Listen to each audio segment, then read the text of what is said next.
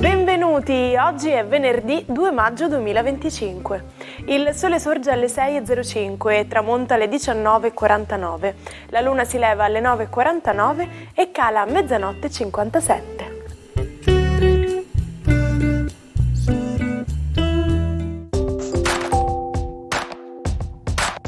Oggi si celebra San Zoe. Il nome Zoe risale al greco e significa vita. Negli ambienti giudaico-cristiani venne usato come corrispettivo dell'ebraico Eva, dal medesimo significato.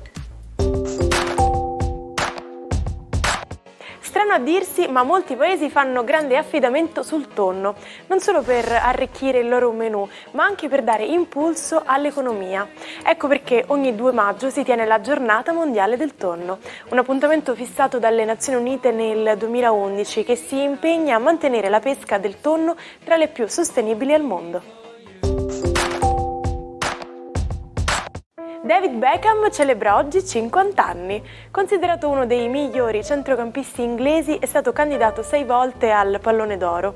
La sua carriera inizia nel 1992 con il Manchester United, ma il suo talento lo porta al Real Madrid. Successivamente si trasferisce a Los Angeles Galaxy e conclude la sua illustre carriera al Paris Saint-Germain. Beckham, con la maglia della nazionale inglese, ha accumulato il terzo maggior numero di presenze ed è stato capitano in 59 occasioni. Icona del marketing, è stato inserito dalla rivista Time tra i 100 eroi e icone del 2004. Dwayne The Rock Johnson spegne oggi 53 candeline. Una delle figure più carismatiche della World Wrestling Federation, ha conquistato 19 titoli nel wrestling, di cui 10 mondiali. Dal 2000 ha abbracciato la carriera cinematografica, esordendo con il ruolo del Re Scorpione in La mummia il ritorno.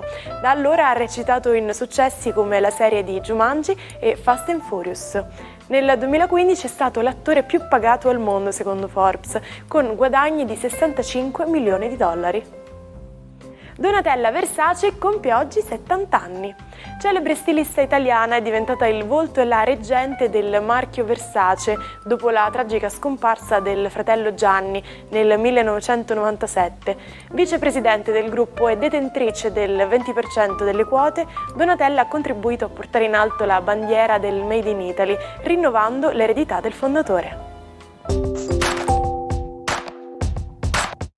Il 2 maggio del 1945 Berlino cadde nelle mani dell'Armata Rossa, decretando simbolicamente la fine del nazismo, di Hitler e della Germania, che a quel punto era una nazione allo sbando. L'esercito tedesco era già stato di fatto sconfitto quando quello sovietico sferrò l'attacco per la conquista di Berlino. La presa della città segnò la fine della guerra sul fronte europeo. Ma come vengono smaltiti i rifiuti nucleari provenienti dalle centrali? Vengono utilizzate delle grandi vasche dette di raffreddamento, riempite con acque provenienti da pioggia, falde sotterranee e iniezioni di liquidi indispensabili a contenere la radioattività di materiali rimasti all'interno degli impianti. Pensate che l'acqua di raffreddamento della centrale nucleare di Fukushima è sufficiente a riempire 540 piscine olimpioniche. Queste vasche, dopo essere state diluite e filtrate, vengono rilasciate in mare in modo sicuro, dopo la rimozione di quasi tutti gli elementi radioattivi e con dei limiti in quantità e in tempo di rilascio. Buongiorno ai 12, oggi una potentissima luna in Cancro sembra gestire le sorti dei segni d'acqua in una maniera decisamente ottimale. Vediamo cosa accade agli altri.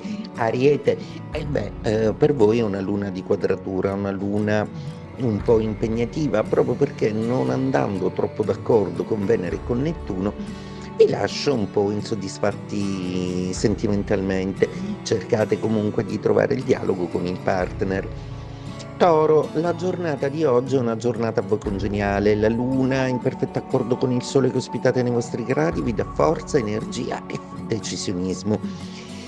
Gemelli, la giornata oggi prevede buone notizie da un punto di vista economico, qualcosa è partito, è iniziato un vostro nuovo progetto e quindi dateci dentro, siete molto entusiasti. Cancro, la luna regna sovrana nei vostri gradi, peraltro con un bellissimo sestile al sole che vi farà assolutamente guadagnare tantissimi punti. Ecco, vedete, affettivamente si aggiusta un po' tutto e in famiglia torna il sereno, meglio di così per voi non si può. Leone, la giornata di oggi è una giornata da luna un po' pensierosa e intuitiva, con Marte nel segno e questa luna tenderete a vedere un po' nemici dappertutto, riservatevi del tempo per elucubrare perché le cose potrebbero non stare proprio come le vedete. Vergine, giornata oggi di luna congeniale, finalmente, con pianeta che emotivamente vi riporta su e vi mette nelle condizioni di essere più sciolti e distesi. Potete contare anche sul team, sugli amici e sulla squadra. Bilancia, una giornata da luna di quadratura oggi, quindi l'umore potrebbe non essere al meglio, proprio perché probabilmente avete decaricato di tante aspettative una serie di faccende che riguardano l'andamento familiare o dei vostri affari e oggi i risultati potrebbero non essere proprio quelli che vi aspettavate. Scorpione, stupenda luna di trigono per voi, finalmente una carezza, un toccasana proprio per voi che avevate bisogno di riequilibrare un po' sentimentalmente proprio perché sono stati dei giorni alquanto complicati. Sagittario, giornata oggi che vede la luna fuori dall'opposizione per cui torna il sereno, l'umore migliora e cresce, potete di nuovo fidarvi dei vostri sentimenti, delle vostre intuizioni e del dialogo affettivo. Capricorno, giornata da luna in opposizione, per voi è un momento un po' emotivo, un po' traballante, forse perché nel partner trovate un po' di disaccordo, di disarmonia, dovreste cercare di capire come le salta risultante tra i bisogni di uno e dell'altro. Acquario, una giornata veramente molto ma molto interessante per voi oggi, proprio perché state assolutamente assorbendo tante novità e le idee, le ispirazioni che porta questa luna saranno notevoli. Una buona notizia per il lavoro e vi mette in una prospettiva diversa. Pesci, giornata oggi che vede una luna assolutamente in trigono, torna l'amore, la dolcezza e la sicurezza nel vostro essere. Probabilmente qualcosa al lavoro vi ha lasciato scontenti, ma non per questo vi rovinerete la giornata, anzi correrete infatti incontro all'abbraccio e alla gioia familiare. Il 2 maggio 2011 una caccia all'uomo che dura da ormai più di 10 anni giunge clamorosamente al termine.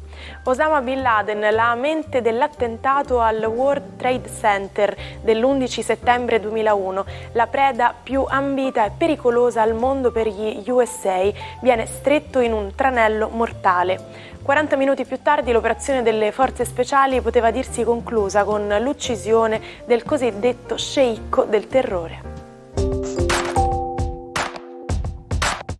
Dare un colpo al cerchio e uno alla botte. Oggi questo detto è spesso associato alla politica e usato per descrivere chi non prende mai posizioni nette, ma la sua origine è ben diversa. Il lavoro del bottaio consisteva nel fabbricare e riparare barili e botti.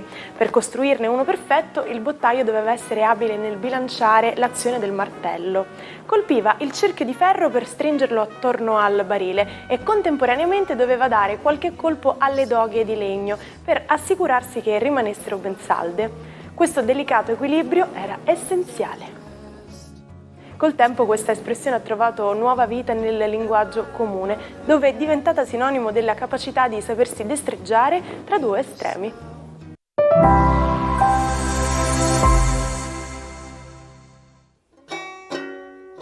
Non perdete l'opportunità di restare sempre aggiornati con i nostri video. Iscrivetevi e attivate le notifiche per non perdere nessun nuovo contenuto. Oggi ci immergiamo nella storia di Caterina la Grande, una regina che ha trasformato la Russia in una superpotenza. Lei non si è limitata a governare, ma ha rivoluzionato la vita dei suoi cittadini, introducendo grandi cambiamenti. Apre le scuole per tutti, dai bambini agli adulti, e fonda il primo istituto superiore in Europa riservato solo alle donne. E non si ferma qui, costruisce ospedali e assicura che ogni città abbia medici e farmacie. Ma la sua vita privata era altrettanto movimentata. La regina aveva molti amanti e questo alimentava continui pettegolezzi e storie sul suo conto, inclusa una leggenda su una stanza segreta del palazzo d'inverno, piena di oggetti di forma fallica. Ci salutiamo con la frase del giorno. Ogni uomo muore, non ogni uomo vive davvero. E con un invito a vivere appieno ogni momento della nostra vita vi rinnovo l'appuntamento come sempre a domani con l'Almanacco. Buona giornata dalla vostra Martina.